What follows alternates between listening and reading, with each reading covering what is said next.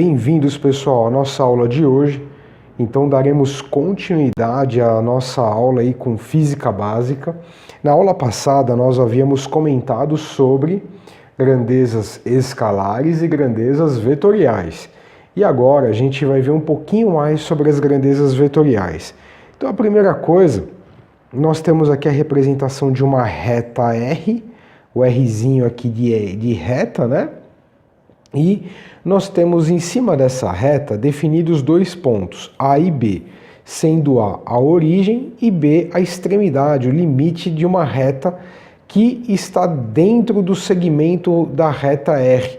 E esse pequeno segmento aqui, ele tem uma origem e uma extremidade, ele é o vetor AB. Ele é um vetor que tem origem em A e extremidade em B. Você também pode representá-lo por D, de distância nesse caso. Então, como é que a gente representa? Você tem aqui essa representação do vetor, né, o D setinha e o AB setinha, indicando que ele é um vetor. Agora, se você quiser saber o módulo, a intensidade do vetor, módulo e intensidade são sinônimos, você pode mostrar aqui o módulo de D ou o módulo de AB. Que aí fica o somente D ou somente AB sem a setinha de direção, conforme aqui nós temos nessa conotação aqui. Então, por exemplo, se D, a distância entre A e B fosse de 5 metros, valendo que você pode chamar de AB ou D, o módulo de D seria igual a 5 metros, ou D igual a 5 metros, uma vez que você coloca um módulo, você tira a setinha, então fica só D. Ou AB igual a 5 metros, tá certo? Então essas aí são algumas informações úteis para que a gente conheça e para que no futuro a gente vá trabalhando cada vez mais com vetores. Agora, como é que eu posso fazer uma soma vetorial? Então nós trouxemos um exemplo que inclusive foi real e foi de fato um problema. O que acontece aqui? Olha só. Imagine você aqueles barquinhos que acabam navegando lá nos lagos do Walt Disney e a cada barquinho carrega uma atração, então são as paradas lá do Walt Disney, né? Então cada barquinho tem uma atração, ele pode soltar fogos, mostrar um animal, mostrar um ser fantástico, mostrar uma peça, uma brincadeira em cima de cada barco. E aí, conforme o barquinho vai passando, as pessoas vão assistindo lá na beira de um grande lago, aqueles barquinhos passando. Mais ou menos na década de 70 ou 80, quando foi lançado essa atração no Walt Disney, eles tiveram um problema. O barquinho principal, aquele que puxa, aqui eu pintei de pretinho, ele estava, né, conectado a todos os barquinhos na sequência, só que tinha um problema. Conforme ele ia se movimentando aqui no sentido da direita para a esquerda, conforme essa setinha aqui, muitas vezes as ondas, as oscilações do lago ou o próprio vento fazia com que os demais barquinhos atrás, que estavam conectados um na ponta do outro, à frente de um, na parte traseira do outro, o que acontecia? Eles acabavam tendo um movimento de giro, né? Então o que acontecia? Eles iam se desmanchando e não ficavam alinhadinhos como se deveria. Muitas vezes acabava um grande engarrafamento de barquinhos e isso aqui podia até virar um caracol de barquinhos. Então por muito tempo eles se questionaram. Uma das propostas que foram dadas, que foram apresentadas, era deixar fixo sem o pino com a liberdade de movimento aqui, né, no sentido de rotacionar, né? Então era como se fosse colocar algo rígido, né, como se eu tivesse uma linha rígida.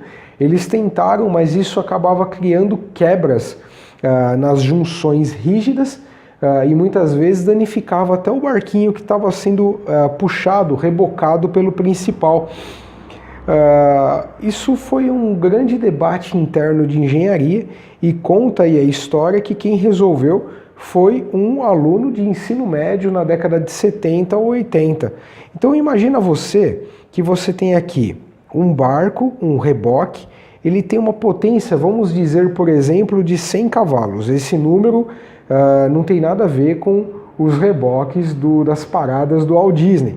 Eu só coloquei aqui para um exemplo, né? Mas o problema é real.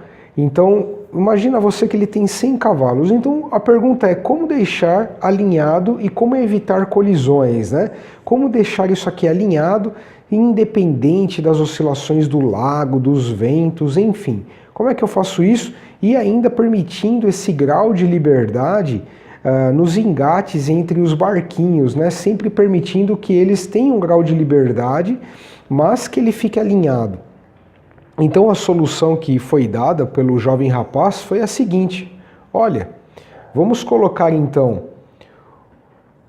o barco na frente com 110 cavalos e um barquinho, um reboque pequenininho, puxando para trás de 10 cavalos. Então o reboque principal neste sentido de 110 cavalos e um reboque no sentido contrário de 10 cavalos. A resultante continua sendo 100 cavalos, no sentido aqui da direita para a esquerda, conforme o caso acima, só que devido a esse barquinho estar puxando com 10 para a direita, da esquerda para a direita, você tem que todos os barquinhos sempre ficam alinhados, independente das ondulações do lago ou do vento. Então isso de fato, até hoje, é o que acontece nas paradas de barquinhos lá do Walt Disney e de muitos parques ao redor do mundo. É uma solução muito simples e elegante. Então, como é que a gente faz essa somatória, essa soma vetorial e como que a gente representa? Então, digamos aqui que o reboque principal é o B1 e o reboque secundário é o B2. Então, a soma S é igual a B1 mais B2 e a gente representa dessa forma, sempre com as setinhas para cima, tá? A setinha é sempre nesse sentido, independente do verdadeiro sentido da força. Então, olha só, coloquei aqui em verde a representação da magnitude. Eu coloquei aqui 1 centímetro para cada 10 cavalos, tá? Peguei a régua, vou mostrar para você, só para ilustrar, né?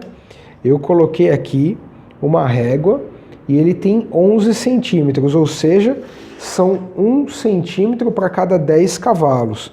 Então, eu representei o B1 neste sentido, e o B2, que é 10 cavalos, 1 centímetro, aqui conforme você está vendo, ele tem no sentido oposto. Então, qual que é a resultante S? A resultante S, então olha só, esse aqui é o B1, esse aqui é o B2 e esse aqui é o S.